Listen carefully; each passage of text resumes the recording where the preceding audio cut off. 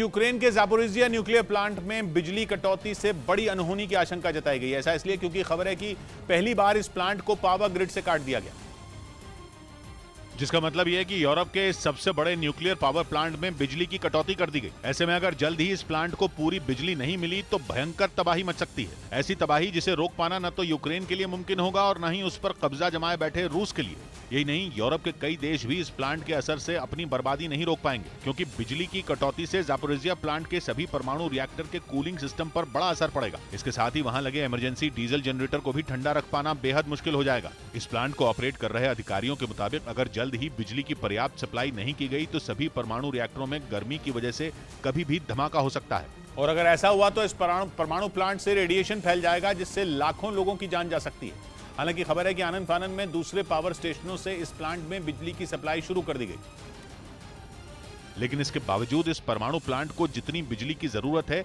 उतनी उसे नहीं मिल पा रही है। वहीं यूक्रेन के सामने दूसरी सबसे बड़ी परेशानी यह है कि अगर जल्द ही ये समस्या दूर नहीं हुई तो उसके दूसरे इलाकों में बिजली की भारी कमी हो जाएगी, क्योंकि यूक्रेन में बिजली की जितनी जरूरत है उसका 20% से ज्यादा इस प्लांट से सप्लाई किया जाता है। वैसे भी जंग की शुरुआत के बाद से ही यूक्रेन बिजली संकट से जूझ रहा है। ऐसे में पावर ग्रिड से ज़ापोरिज़िया प्लांट की बिजली काटे जाने के बाद उसके सामने बड़ी चुनौती है।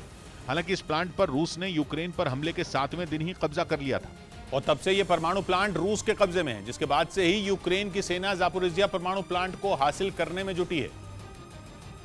लेकिन महीनों तक जंग लड़ने के बाद भी ज़ेलेंस्की की सेना पुतिन की फौज को वहां से खदेड़ नहीं सकी। इस बीच कई बार दोनों देशों ने एक दूसरे पर इस प्लांट पर हमले का आरोप लगाया। यूक्रेन का तो यहाँ तक कहना है कि रूस ने वहाँ सैन्य अड्डा बना रखा है और कई घातक हथियार वहाँ पर रखे हैं, जिनसे कभी भी तबाही मच सकती है। असल में दोनों देशों की लड़ाई ज़ापोरिज़िया परमाणु प्लांट के साथ साथ पूरे शहर पर कब्जे की भी है। यूक्रेन के दक्षिण पूर्व में बसे इस शहर का करीब 2/3 इलाका रूस के कंट्रोल में है। हालांकि ज़ापोरिज़िया शहर अब भी रूस की पकड़ से दूर है और वो यूक्रेन के पास ही है।